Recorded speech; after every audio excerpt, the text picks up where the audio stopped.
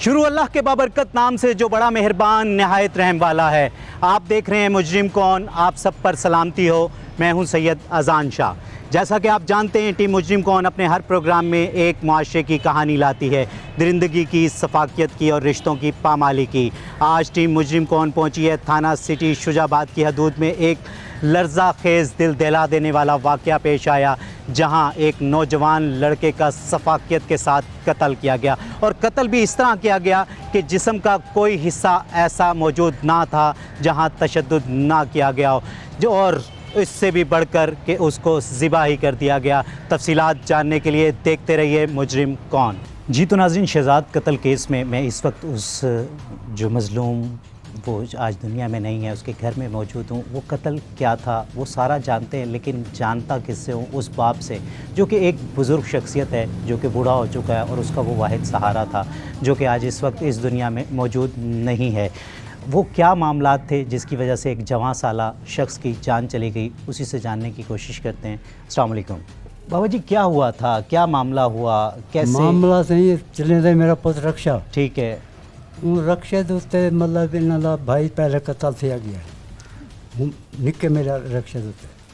आपके जो बेटा रक्षा चलाता था उस रक्षे में कोई एक शख्स पहले भी कत्ल हो चुका है? कत्ल हो गया है, ठीक है, केस चलता रह गया है अदालत में। ठीक है, अदालत ने उसको बरी किया है। मतलब जब वो कत्ल होता है तो उसके शक में आपके बेटे को पहले अरेस्ट करती है पुलिस, और पुलिस जब अरेस्ट करती है तो अदालत में ये सारा केस चलता है, और उस सारे केस से बरी होता है आपका बेटा। मतलब उसके खिलाफ कोई ऐसे शवाहिद, ऐसे कोई सबूत नहीं मिलते, तो इसलिए जो फाजिल जज साहिबान हैं वो उसको बरी कर देते हैं, बेगुनाह साबित कर देते हैं, और वो अपने घर आ जाता है। फिर क्या सारा मामला होता है? फिर इन्हें मतलब हूँ बिना दोस्ते मेरे पुत्र को कत्ल किया गया।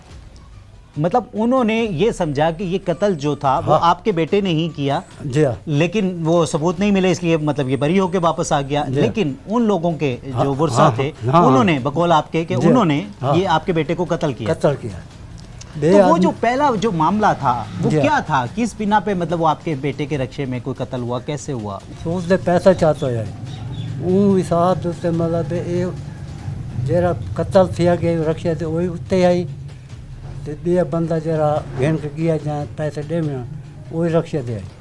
जो कि मंत्र को वहीं के गोली मारी, वो मार के तो खो आई उंदा सड़ गया। वो बंदे ढकी गया वहाँ के बे रक्षा वाला ये रल आई, इनको पकड़ के ये ढकी गया, पिया छोकरा वो त्रै बंदे ढकी गया। दो बंदे भरी थी गए, मेरा पोतरी तो बिया छोकरा बलो छोकरा, तो वो जरा है सजा मौत थी गई जहाँ गोली मारी। ठीक है, इतना मतलब मेरे पर को बेगुनाह कत्ल किया गया। नहीं, उस वक्त जो अदालत ने, मोअज़्ज़िज़ अदालत ने आपके बेटे को बेगुनाह करके उसको बरी कर दिया कि इसमें इसका कोई हाथ नहीं था। ठीक है, लेकिन वो जो मामला था वो मामला आखिर था क्या? मतलब जो उस वक्त कत्ल हुआ था आपके बेटे से पहले, जो कि आपके बेटे के रक्षे में कत्ल हुआ बंदा, तो उसका और जो कातिल था, जो कत्ल करने वाला, उनका आपस में क्या मामला था कि जिसकी वजह से ये सारा वाकया हुआ? पैसा को सूद दे किया जाने। अच्छा जी, वो बचा के ना भाई कत्ल किया गया, मार दिया। तो जिसने मतलब सूद पे पैसा लिया हुआ था उसने कत्ल कर दिया, जिससे लिया हुआ था पैसा उसको कत्ल कर दिया, ताकि पैसे वापस ना देने पड़े। ठीक है, तो वो जो इल्ज़ाम आया वो आपके बेटे पर आया इसलिए कि वो रक्षा आपके बेटे का था? रक्षा बेटे का। ठीक है जी, मेरा बेटा बेगुनाह है। तो अब वो जब बरी होके आया था तो कितना अरसा हो गया था उसे बरी होके आए पे घर? बरी मतलब पेशा पोना प्यान। अच्छा, महीने मतलब अभी बरी नहीं हुआ था वो? महीना पहले मतलब मुझे सिर्फ ये बताएं कि वो जमानत पे आया था या बरी हो गया? जमानत पहले जमानत हो गई थी। अच्छा, 4 महीने जेल में खड़ा है, उसकी जमानत हो गई थी। ठीक है, पक्की जमानत, पेशा भुगते रह गए। दो पेशा रह जाना इन पहले मतलब कत्ल करता, जो कत्ल थी गया जरा बंदा बिया है वो सजा मौत थी। मतलब अभी अदालत का फैसला आना बाकी था, अभी अदालत का फैसला आया नहीं था? वो कहना आया है। ठीक है, ठीक है ना सही, वो अदालत का फैसला कहना है। वो मतलब जरा केस गवाह लग गया वो जा के भी ये भरी है। जी तो नाज़रीन, इस वक्त जो शख्सियत मेरे साथ मौजूद हैं वो शहज़ाद के कज़न हैं, बड़े भाई हैं, दोस्त हैं, आप सब कुछ कह सकते हैं। तो उनसे जानने की कोशिश करते हैं कि आखिर सारा वाक़या क्या था, सारा मामला क्या था, इस कहानी का पस मंज़र क्या था। अस्सलाम वालेकुम। क्या नाम है आपका? मेरा नाम ज़फ़र इकबाल है। ज़फ़र साहब, क्या कहेंगे कि क्या मामला था? मैं इसको शुरू से सुनना चाहूँगा कि जो ये पहला कत्ल हुआ था जिसमें मतलब इन्वॉल्वमेंट की कोशिश की गई थी कि शहज़ाद का शायद कोई ताल्लुक़ है इस कत्ल से, वो मामला क्या था, ताकि मतलब कुछ समझ सकूं, मैं समझ सकूं, मेरे नाज़रीन समझ सकें, वो इदारे समझ सकें कि जो कि इंसाफ देते हैं। सर बात ये है कि इसका जो रक्षा था ना, अभी इसमें कोई भी कस्टमर आके कहता है जी मुझे फ़लाँ जगह पे ले जाओ, बिल्कुल ठीक है, तो ये तो रक्षा चलाने वाला हाँ, था। वो तो रोज़ी करने के लिए रक्षा लेके निकला है, रोज़ी करने के उसको लिए क्या रक्षा- पता कौन किस नीयत से बैठ रहा है। ये जो उसके भाइयों को मारने वाला लड़का है वो पीछे पहले बैठा है। अभी इसको पता नहीं है शहज़ाद को कि ये भी इस नज़रिए पे बैठा है। आगे वही जो कत्ल होने वाला है जो उनका, हाँ, उसको भी नहीं पता कि मतलब मेरे पीछे जो बैठा है वो मेरा कातिल बैठा है, वो मेरा मुझे कातिल कत्ल करने के लिए बैठा है। अब ये तो रक्षा चला रहा है ना। अभी कौन किसी के अंदर क्या है, दिल के अंदर क्या है, कोई भी नहीं जानता। गैब का इल्म तो अल्लाह के पास है। तो आगे खड़ा है छोटी नहर के आगे मंदिर, वहाँ मंदिर पे जाके वो पीछे जो बैठा है, वो आगे जो कस्टमर बैठा, सवारी बैठी है, उसको वो फैर मार देती। कौन था वो शख्स जो कत्ल होने वाला था? कौन था वो आदमी? वो ये अपना शेख हैं, कोई कुरैशी शेख पत्नी ऐसे ही है, हम तो जानते ही नहीं है। वो कारोबारी लोग थे? जी जी, वो बड़े असर रसूख वाले हैं। अच्छा, जो कत्ल हुए उस वक्त? जी। तो क्या काम था वो, क्या मामला निकला कि जिसकी वजह से लगा कि ये कत्ल हुआ? मतलब वो लाजमी सी बात है, वो कहानी खुली तो होगी। सर कहानी तो ये है कि सूद पे पैसे देता था। ठीक है, सूद का कोई लेन देन था, फिर सूद के पैसे लेने के वो लिए जो लेन देन था वो उसी शख्स से था जिसने कत्ल किया? जी जी। ठीक है। तो वो उसके घर जाता था, घर में साफ ज़ाहिर है अभी वो जिसको पैसे दिए वो घर पे नहीं है, तो उसकी माँ बहन उनके साथ वो ज़्यादती करता था। उस लड़के ने जिसने कत्ल किया वो भी तंग आके किया। ठीक है। जो हमने कहानी सुनी है तो वो भी तंग आके किया। जब किसी की इज्जत के ऊपर हाथ डालोगे तो वो साफ ज़ाहिर है अगर वो उस टाइम नहीं तो किसी टाइम तो बदला लेगा ना। ठीक है, तो वो इस नौयत पे कत्ल हुआ। इन्होंने कहा कि जी इस हमारे लड़के का नाम इसने कत्ल कराया। ठीक है, बेसिकली जो शहज़ाद तो वो एक रिक्शा ड्राइवर था, वो अपना रिक्शे पे सवारियां लेकर जा रहा था। वो क्या जानता था कि मतलब जो सवारियां बैठी हैं कि उसमें से एक कातिल है और एक मकतूल है? जी जी। तो इस नज़रिए पे जब इन्होंने तीनों के ऊपर पर्चा कराया, ठीक है, अदालत ने नहीं, तीन किस किस पे पर्चा कराया? एक तो वो शख्स था जिसने मतलब कत्ल किया, एक शहज़ाद था उसका रक्षा था, तीसरा कौन शख्स था? तीसरा एक और भी था, कम उम्र था वो। ठीक है, वो साथ बैठा हुआ था, तो मतलब उसको भी उन्होंने मतलब अपने शक के दायरे में लिया कि ये भी शायद शामिल है। तो वो जब FIR कटती है शहज़ाद को गिरफ्तार किया जाता होगा? जी, शहज़ाद भी गिरफ्तार हो गया। वो दूसरा जो कम उम्र लड़का था, 16-17 साल उम्र थी, वो भी गिरफ्तार हो गया। ठीक है। अब जब फाजिल अदालत है, उसने इसको शहज़ाद को 4-5 पेशियाँ हुई, 4-5 माह गुजरे, शहज़ाद भी ज़मानत पे बाहर आ गया, वो लड़का भी बाहर आ गया। जी तो नाज़रीन, इस वक्त जो शख्सियत मेरे साथ मौजूद हैं वो शहज़ाद के चचा हैं। तो चचा और भतीजे का ताल्लुक़ ऐसा होता है कि वो एक प्यार मोहब्बत का उसके साथ खेला होता है। तो वो सारा लम्हात जानने की कोशिश करूँगा कि शहज़ाद कैसा था। अस्सलाम वालेकुम। वालेकुम सलाम। क्या नाम है आपका? मोहम्मद शफ़ी मेरा नाम है। शफ़ी साहब, ये जो आपका भतीजा था शहज़ाद, मैं इसके बारे में जानना चाहूँगा कि कैसा एक इंसान था? बहुत अच्छा था सर। मैं तो कराची में रहता था, तो मेरे को तो उधर कराची में पता चला था भाई तेरा भतीजा ना फौत हो गया, किसी ने मार दिया है। तो फिर हम इधर आए तो बहुत हालत उसकी ख़राब थी, देखने की काबिल नहीं था। इतना जुल्म किया उसके ऊपर कि आपको हम क्या बता नहीं सकते कि जो जुल्म उन्होंने किया है। बेदर्दी से मारा है, उसके गर्दन काट दी, उसके हाथ काट दिए, उसकी टांगें काट दी, पूरे जिस्म को काट दिया उन्होंने।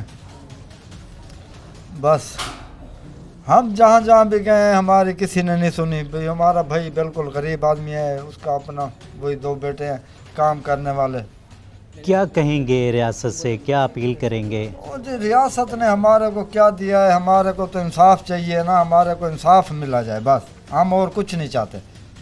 जो इतना जुल्म किया है उसके साथ, ये हमारे को इंसाफ दिया जाए भाई, जो मुल्ज़िम है असल उनको पकड़ा जाए। हाँ जी, बस यही हमारी अपील है। जी तो नाज़रीन देख सकते हैं आप कि ये जो मुतासिरा ख़ानदान है काफ़ी मायूस, बल्कि मुझे कहना चाहिए कि काफ़ी नहीं, ये बिल्कुल मायूस लग रहा है हमारे इंसाफ के निज़ाम से।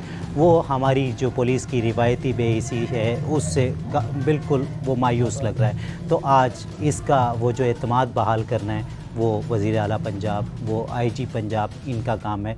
तो मैं अपील करूंगा, और वो जो एक सीसीडी का इनिशिएटिव लिया है वो यहाँ कहीं नहीं नज़र आ रही। अक्सर हम सुनते हैं कि जो मुतासिरान होते हैं वो अपील कर रहे होते हैं, तो लेकिन यहाँ मैं अपील करूँगा कि खुदारा जिनका जवान बच्चा जिन्होंने खोया है, जिनके घर में एक सफ़े मातम बिछा हुआ है, हम उसे कुछ नहीं दे सकते, लेकिन एक इंसाफ के नाम पर मरहम ज़रूर दे सकते हैं। तो खुदारा उनको वो इंसाफ ज़रूर दिलाया जाए।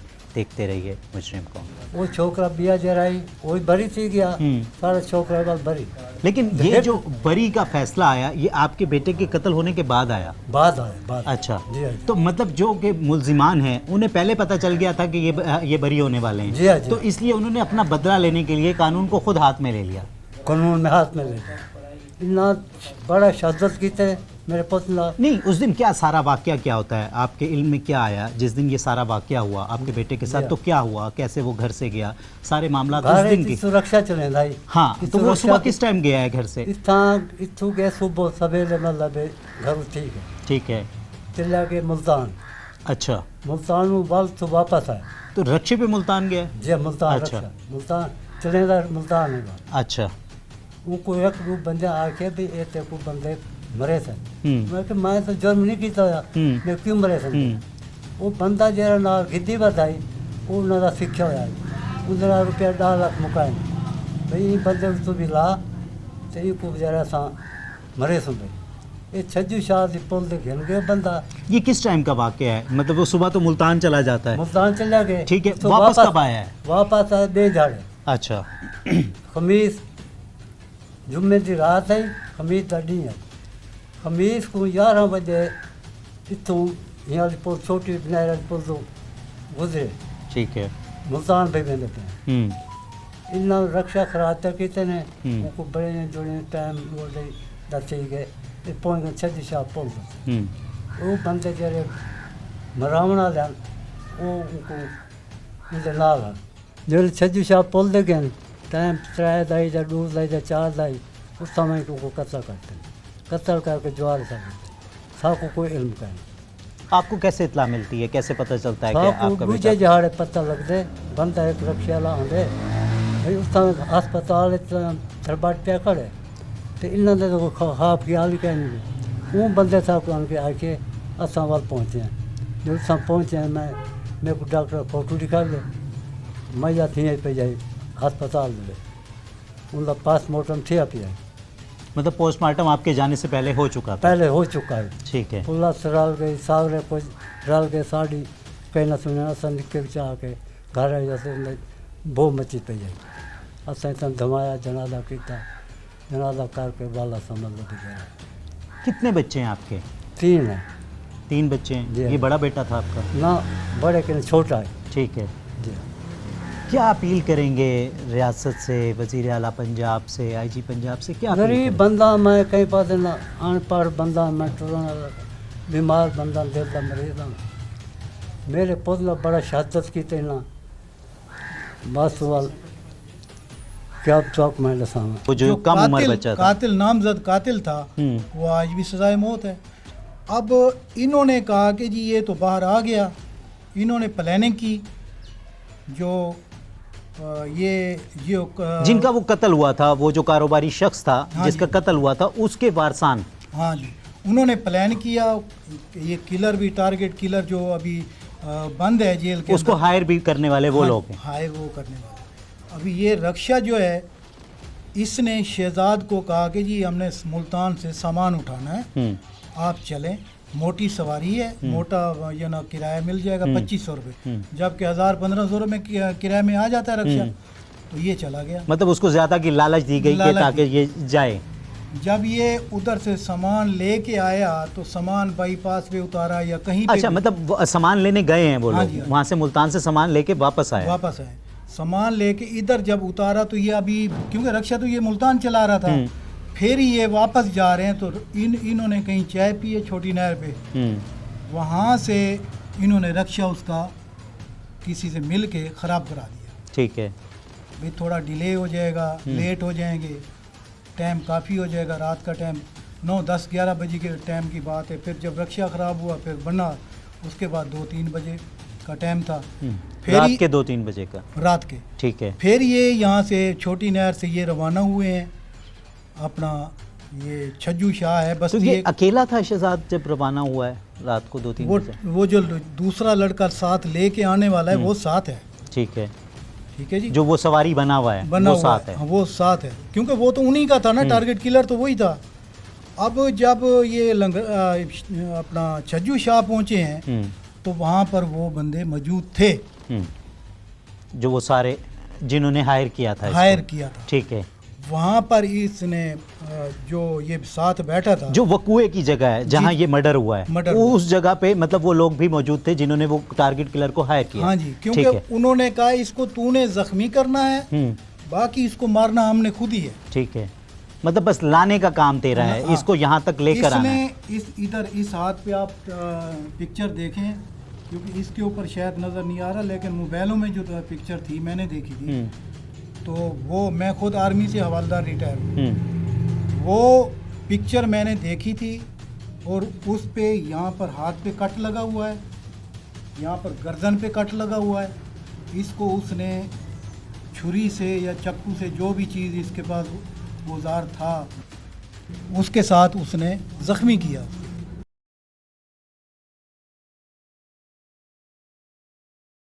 जब ये शहजाद ज़ख्मी हो गया तो रक्षा तो नहीं चला सकता, ये गिर गया। इन्होंने वहाँ से रक्षा वहीं छोड़कर इन्होंने उठा के ये अपना छज्जू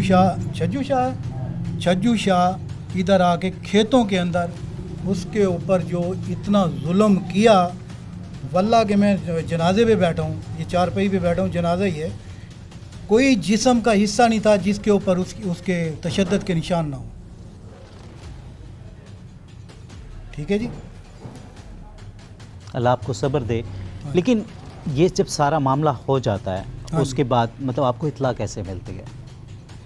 हमें सुबह के टाइम एक जिसका ये रक्षा चला रहा था, हमें वो लड़का आके बताया, क्योंकि हमें तो पता ही नहीं था भाई लड़का हमारा कत्ल हो गया है। वो रक्षे वाला लड़का यहाँ पर बच्चियाँ लेके जाता है स्कूल की, कॉलेज हायर सेकेंडरी, तो वहाँ पर शोर शराबा था जी, रक्षे वाला लड़का कत्ल हो गया, रक्षे वाला कत्ल हो गया। तो वो देख के आया सिविल अस्पताल के अंदर इस शहजाद को, सही, उसने आके इधर बताया, आपको इतला दी कि इत्ला आपके दी। बेटे के साथ ये हो हाँ गया, जी, आपके फिर भाई के हम साथ वहाँ पर पहुँचे और उधर जाके हमने शनाख्त की, पोस्टमार्टम भी हुआ है, सब कुछ हुआ है। अब वो तो कफन दफन भी आया पड़ा, लावारसा करके जो न दफना रहे थे। सही। हाँ जी, तो जब आप लोग वहाँ पहुँच जाते हैं, आप शनाख्त कर लेते हैं और आप पुलिस अफसरान को कहते हैं कि ये हमारा भाई है, हमारा बच्चा है, हाँ जी, तो मतलब वो नहीं कहते कि भाई ये एक नाहक कत्ल हुआ है, ये ब्लाइंड मर्डर है, तो आए FIR कराएं पुलिस की तरफ, जो कि सर पुलिस की क्या कार्रवाई पुलिस होती की बात करते हो, इस पंजाब पुलिस की है, अब मैं क्या कहूँ। है। नहीं, आप वो सारे मामला बताएं ताकि जो पंजाब मामलात पुलिस क्या के बड़े बताएं, नीचे अफसरान से हैं लेके ऊपर उन तक ये पता लोग, चले, उनको पता चले कि उनकी पुलिस क्या कर रही है, मतलब जो उनकी पुलिस की हकीकत है वो क्या है, वो आप बताएं। हकीकत सर, अब हकीकत क्या बताएं, हर किसी को पता है पंजाब। यहाँ पर अभी ये गरीब बंदा बैठा है, 1 लाख से ज़्यादा तो इससे पैसे ले चुकी है, अब जाता तो वो थाने में मिलते ही नहीं है नहीं, ट्रांसफ़र हो गए हैं उनके।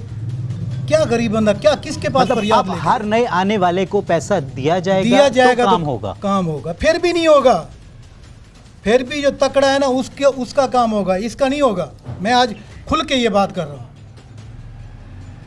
मतलब वो लोग पैसे वाले फिर हैं, भी ऐसे ही ताकतवर रोता हैं, रहेगा। असर रसूख रखते हैं, हाँ जी। इसलिए मतलब पुलिस उनको प्रोटेक्ट कर रही उनके है। पास सूद का पैसा है, हराम का पैसा है। इसके पास क्या है, ये देख लो, टूटा फूटा घर है, इसके पास क्या है। गरीब आदमी कहाँ जाए, कहीं भी नहीं जा सकता। किसी का बुआ खड़का है, किसी का भी खड़का है, इसको इंसाफ नहीं मिलेगा। बेशक मैं ये मेरी खबर मरियम नवाज तक पहुँचाएँ।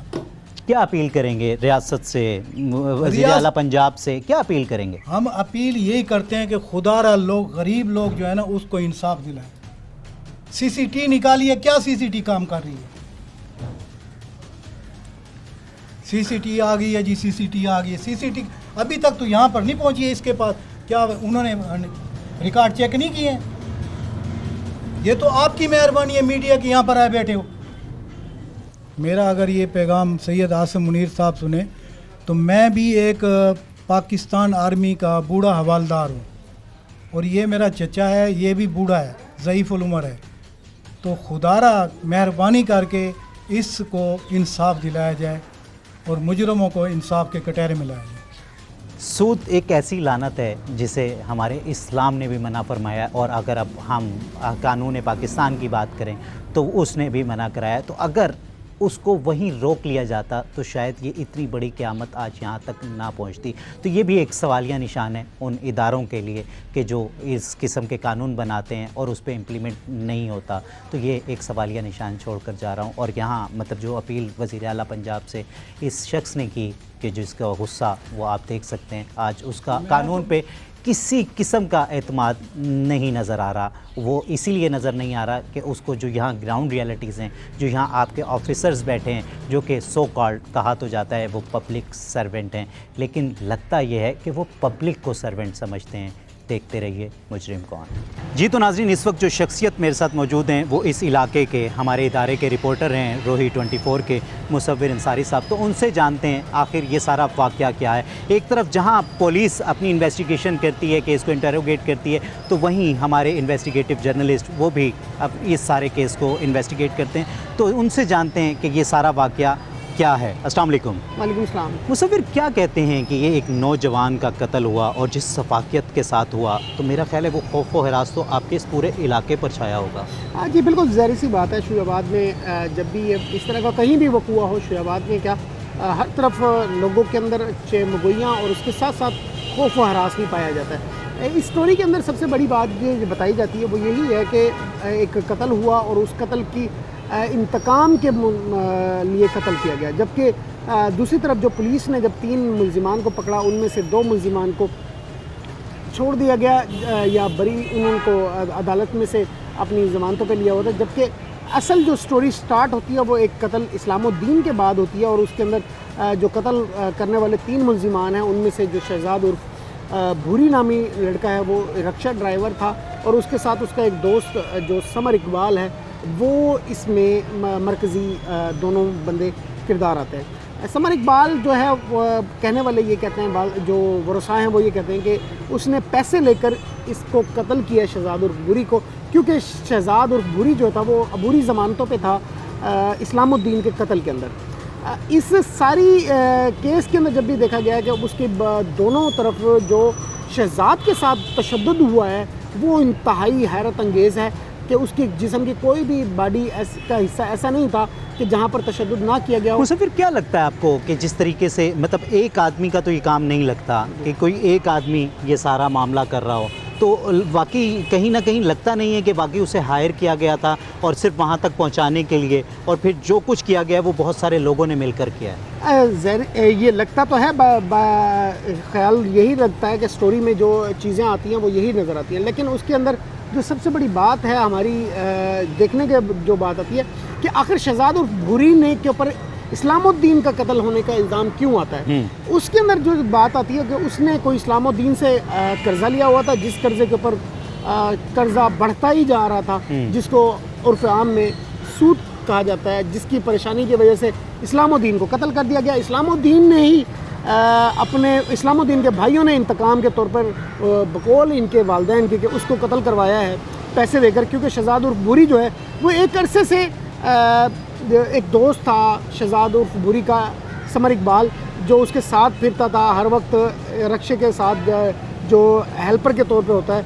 वो आखिर आज तक तो उसने कोई ऐसा मामला नहीं है, आखिर ऐसा क्या हो गया कि वो समर इकबाल जो है उसको कत्ल कर रहा है। उसके अंदर मेन मरकज़ी किरदार जो मुद्दइयों का इल्ज़ाम लगता है वो किसी हद तक दुरुस्त भी लगता है, और इसमें ज़ाहिर सी बात है कि शहजाद उर्फ भूरी जो है वो ख़ुद एक मुल्ज़िम है एक मुकदमे के अंदर, तो इस वजह से ये दोनों चीज़ें कड़ियाँ आपस में मिलती हुई नज़र आ रही हैं। क्या देखते हैं इसमें जो पुलिस का रोल है वो किस हद तक मतलब इत्मीनान कर सकते हैं हम उस देखिए पर? पुलिस का रोल जो है ना, एक ब्लाइंड मर्डर और उसके अंदर उसकी लाश को शनाख्त भी करना मुश्किल हो रहा था, तब जाके अगर इस केस के अंदर पुलिस उसके वरसा को भी पहचानती है और उसके डेड बॉडी को उनके वरसा के हवाले भी करती है, तो एक बाकायदा तौर पर पुलिस ने अच्छे तरीके से फिर मुल्जिमान तक भी पहुंचना, ये एक पुलिस का अच्छा किरदार नज़र आ रहा है।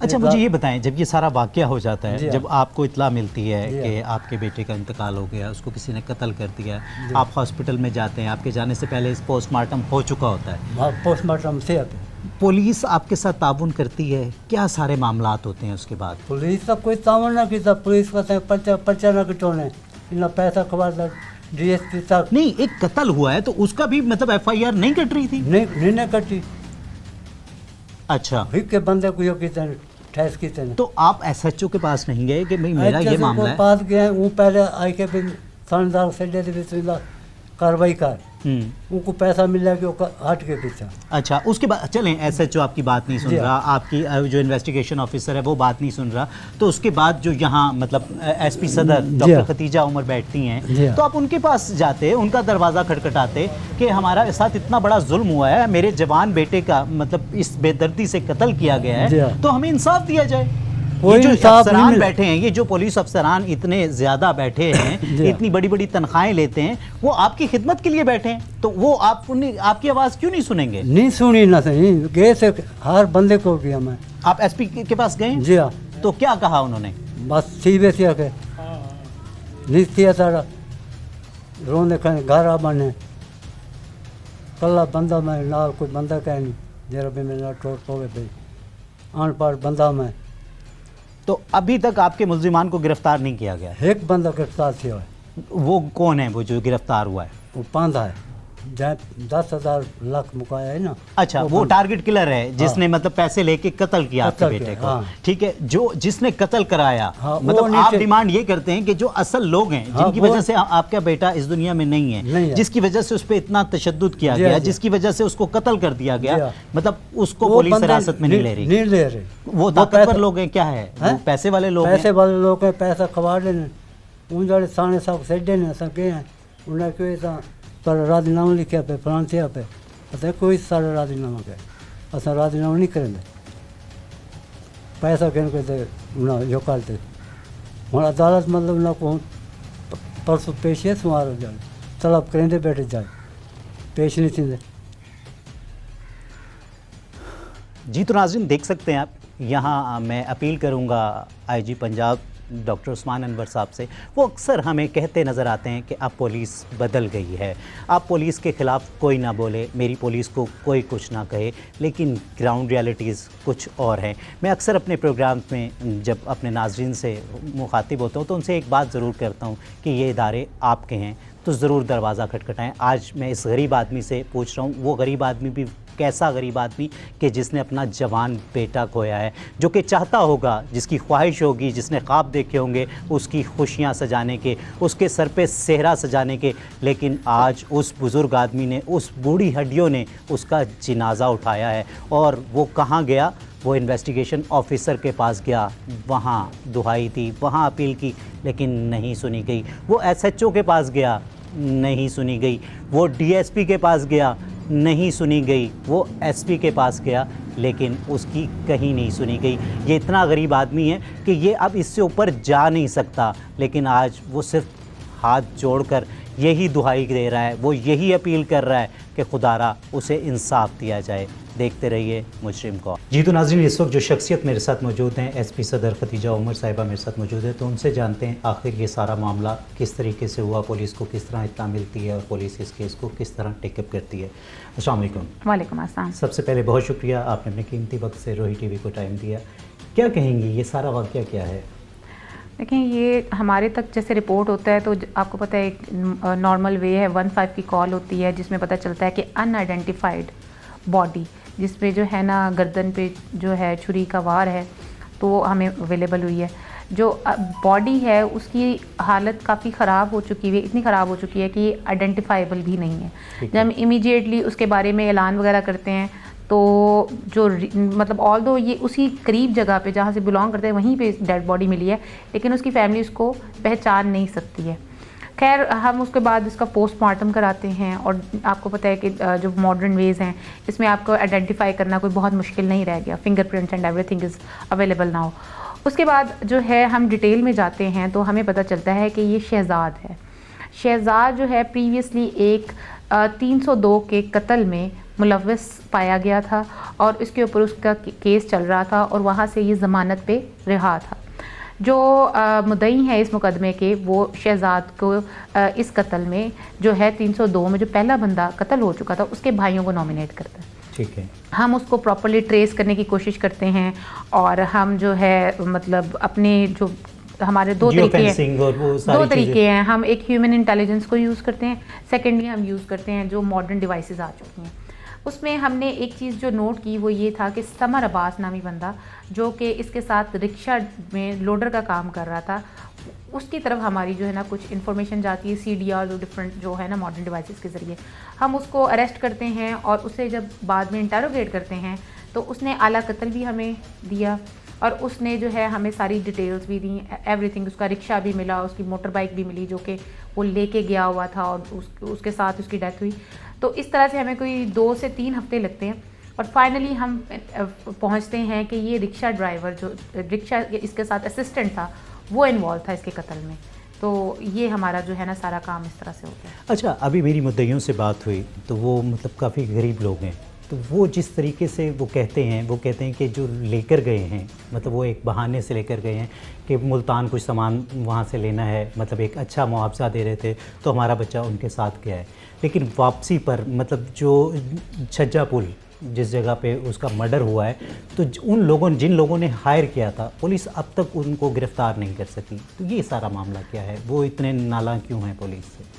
एक्चुअली होता ये है कि हम जब इंटेरोगेशन या इन्वेस्टिगेशन कर रहे होते हैं तो उसमें कड़ी से कड़ी मिलती है, चेन ऑफ इन्वेस्टिगेशन होती है और उसमें जब ये बंदा पकड़ा गया और इसने ख़ुद ही अपना जो है ना रीज़न भी बताया कि मेरा उसके साथ एक इशू था, उसके बाद वो आला कत्ल भी आपको प्रोवाइड कर रहा है जो एक्चुअली फोरेंसिकली उसके साथ मैच कर रहा है। थर्ड थिंग जो वो मोटर बाइक उसकी थी वो भी हमें मिलती है, फिर रिक्शा भी मिलता है, फिर हमारे साथ ये लिंक भी इस्टेब्लिश होता है कि जो ये बंदा है उसके साथ रिक्शा पे मतलब असिस्टेंट था, दे वेंट टुगेदर। उसकी डेथ वहाँ पे नहीं हुई जहाँ पे मुल्तान में है, वो वापस आया और Chhajju Shah Pul is in Shujabad. So everything happened here और उसमें एक्चुअल जो है वो एक्यूज़ भी पकड़ा गया। तो ओवरऑल ये सिचुएशन है। अच्छा, क्या देखती हैं कि ये जो मामला है जिस तरह से पुलिस की इब्तदाई तफ्तीश है कि जिसको पुलिस ने अरेस्ट किया हुआ है, सिर्फ डायरेक्ट यही है या मतलब इसके साथ भी कुछ और लोग भी शामिल तफ्तीश किए गए? देखिए, तफ्तीश का प्रोसेस तो यही होता है कि हम मैक्सिमम लोगों को चेक करते हैं। ठीक है, मतलब कत्ल करने वाला ये है, लेकिन इंटेरोगेट तो उसके भाइयों को भी करना है हमने जो उन्होंने नॉमिनेट किए थे, या इस सारे प्रोसेस में हमें कोई और बंदा लगता है कि जिसकी आनत हो सकती है, जिसकी इसमें मुलव्वस होने के चांस हो सकते हैं, हम हर बंदे को उसमें तफ्तीश करने के बाद ही फाइनली जो है अपनी चालानिंग करते हैं और अगला प्रोसेस करते हैं। अच्छा, क्या मैसेज देने चाहेंगी जो भी आपके एरिया की आवाम है उनके लिए कि जिस तरीके से लोग दिन ब दिन हम देख रहे हैं कि अदम बर्दाश्त बढ़ता जा रहा है, कानून को अपने हाथ में लेते हैं, तो उनके लिए क्या एक मैसेज देना चाहेंगे? नॉर्मली क्राइम जो है वो सोसाइटी का पार्ट ही है। जहाँ पे सोसाइटी होती है अच्छे और बुरे लोग हर जगह एग्जिस्ट करते हैं, लेकिन क्राइम का तालीम के साथ डायरेक्ट रिलेशन है, क्राइम का पॉवर्टी या इकोनॉमिक सिचुएशन के साथ डायरेक्ट रिलेशनशिप है।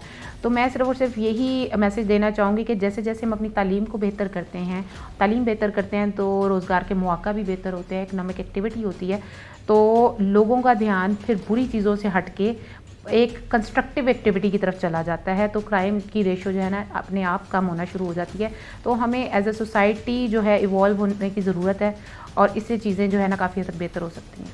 थैंक अच्छा यू। मैडम, क्या कहेंगी इस केस में, मतलब जिस किस्म का मिसल तैयार की जाएगी, क्या देख रही हैं कि जो मुल्जिमान हैं उनको करार वाकई सज़ा दी जाएगी? देखिए, मैं खुद पर्सनली सुपरवाइज़ कर रही हूँ। इंशाल्लाह हम हर चीज़ को एविडेंस के साथ लेके चलेंगे और कंक्रीट एविडेंस प्रोवाइड करने की कोशिश करेंगे ताकि कन्विक्शन हो और जुर्म करने वाले को सज़ा मिलेगी तो एक डेटरेंस क्रिएट होगी।